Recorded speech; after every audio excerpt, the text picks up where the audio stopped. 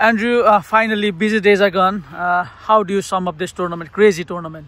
Yeah, crazy tournament. You're spot on, Subas, and chaotic to say the least, but some exceptional cricket. I think it really peaked in the middle rather than right at the end, with those 5 consecutive matches with 5 games that could have gone either way. I think it was between 9 and 12 runs required in the final stages of each of those games, and 3 of them went the way of the batting side, or 3 of them went the way of the fielding side, 2 the way of the batting side. But Nepal crucially held sway in those 2 matches. Really tight fought victories, one by 1 run over the UAE and the other by 4 runs over Qatar, and ultimately that is what has made Nepal take that qualification spot and the champion spot. Ultimately they deserved it, but they really probably haven't been at their very best, to be honest, particularly with the bat. Their fielding got them out of trouble. Bowling's been exceptional in phases, and some really sensational individual performances. You think about Irie, Jah, Sheikh, Bertel and Sandeep Lamachani, even Sampal Kami with the ball too, all had exceptional moments, and ultimately Nepal the deserving champions. This qualifier is a bit different from previous ones. We had 3 teams from Asia playing the World Cup for the first time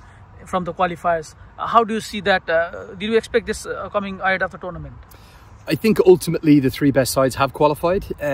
Probably a little bit of disappointment and kind of an understanding as to how this format is going to work, because a couple of the teams, 3 of the teams who got here only played 2 games, knocked out. You feel sorry for Malaysia, for Kuwait and for Papua New Guinea. That's a really a bit of a fall from grace. They were the highest ranked side that were knocked out of the competition early, but great stories, emerging stories of Japan and Samoa too. Samoa ran out of gas towards the end. It was a very comfortable victory this evening for Nepal.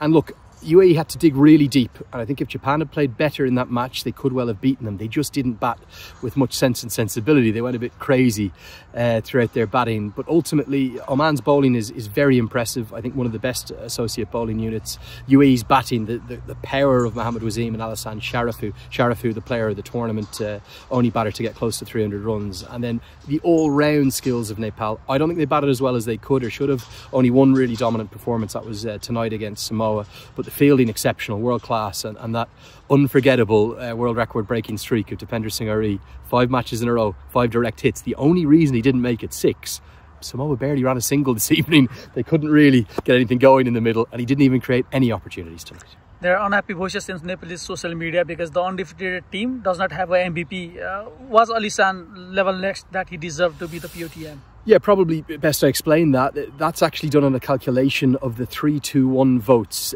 throughout the tournament. So it's in every single game there's a player of the match, but there's also a second place that gets 2 points and a third place that gets a point. So it wasn't a decision from whether it be the commentators or the match officials as to who was the best player in the tournament. It was an accumulation of those votes, and the way it worked out was that I think Alishan Sarafu ended up on 8, and very close behind were a number of Nepal players, including I think Kushal Bertel had 6 or 7. I know Dipender Singh Ari definitely had 7. He was right at the heels. Asif Sheikh had 6, and Gulshan Jah had good points too. So maybe the kind of team performance of Nepal counted against them in the player of the tournament reckoning.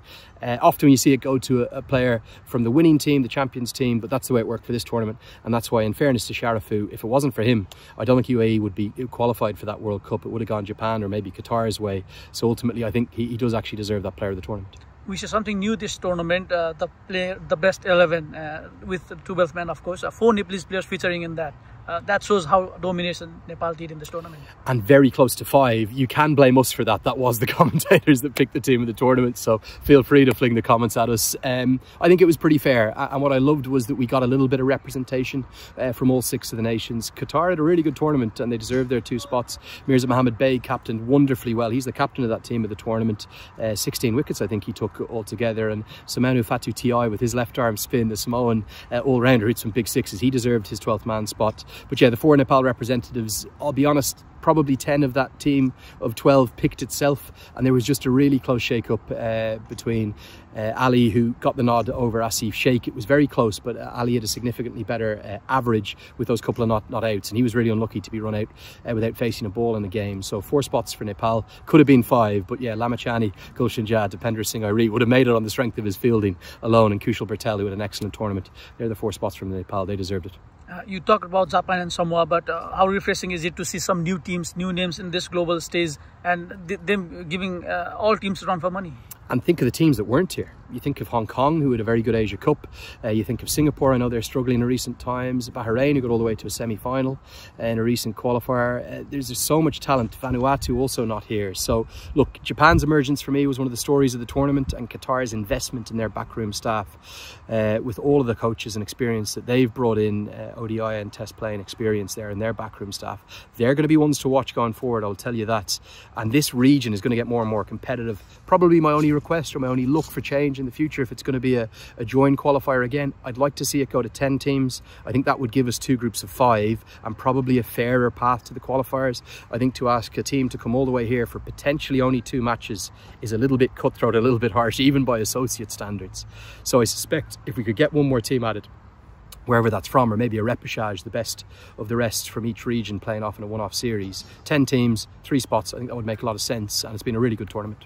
With 3 teams from Asia, 20 out of 20 teams are confirmed. How excited are you to see the World Cup and on associate point of view? It's so exciting, isn't it? Only slight disappointment. Last time it was 9 associates, this time it's 8. And with respect to the 9 qualifiers 2 years ago, I think the calibre this time is a little better. The 3 sides I would be looking out for of the 8 qualifiers are the 3 ends. I think Nepal, Namibia and the Netherlands will all have real chances and real goals, not just of victories, but of Super 8 spots. Maybe trying to emulate what USA did 18 months ago on home soil. And I think the fact that Nepal will play in conditions that they'll understand very well. Let's hope they're drawn in India.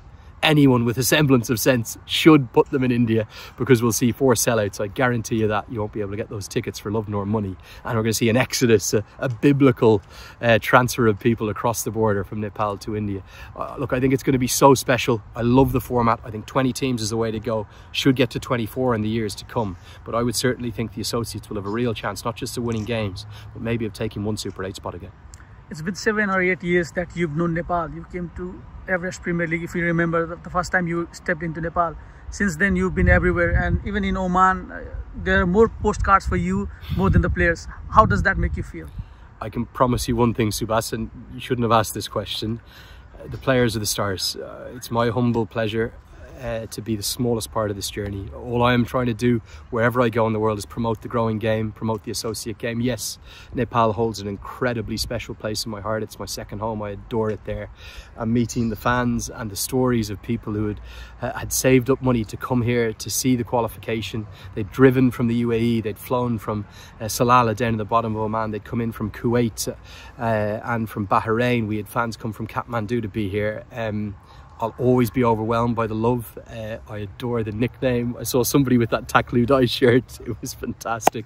But the players are the stars. The stories are about them. We play the smallest role, and all I'll ever want to do is tell those players' stories and tell the stories of the great nation in Nepal and all the other associates. We started from West Indies series this time. The World Cup qualifier was fantastic. Now the season goes to League 2.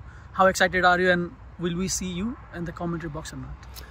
It's been an emotional 3 weeks. I would love to be there in Dubai. As of right now, I'm afraid it's not looking likely. I'll hopefully try and give further news as soon as I have it. I always want to be at all the Nepal games I can be at. But as you know, on the pathway events, there's some budgetary restrictions. So let's hope. But as of right now, I'm afraid it's not looking too likely. I think it's such a big series as well. USA and UAE are going to be there alongside Nepal. And in a funny way, whilst this has hit the headlines, beating a full member for the first time, you couldn't get any bigger than that. And indeed, qualifying for a T20 World Cup in India, probably the biggest prize you could imagine. In some ways, it's all more important again in Cricket World Cup League 2, because that table, despite a bit of a resurgence in Scotland under Stuart Law's first really important series, it isn't looking particularly good for Nepal. If they can get 2, if not 3 wins away from home, it will start to look a bit better, and then they'll think about 2026, the fun of that T20 World Cup journey, and then also the serious nature of the home series. They will have 2 series next year, remember, because they didn't play this year at the TU. I don't know exactly where USA are at right now, because they haven't played a lot of cricket, or what kind of preparations Pupudu Dasanayak has been able to get into them. So there could be an opportunity there. USA flying high on that table. I'm going to be obviously living and breathing every single ball. I would love to be there, but I'm not sure it's going to be the case. Thank you, Andrew. Thank you for your time. Dandavad.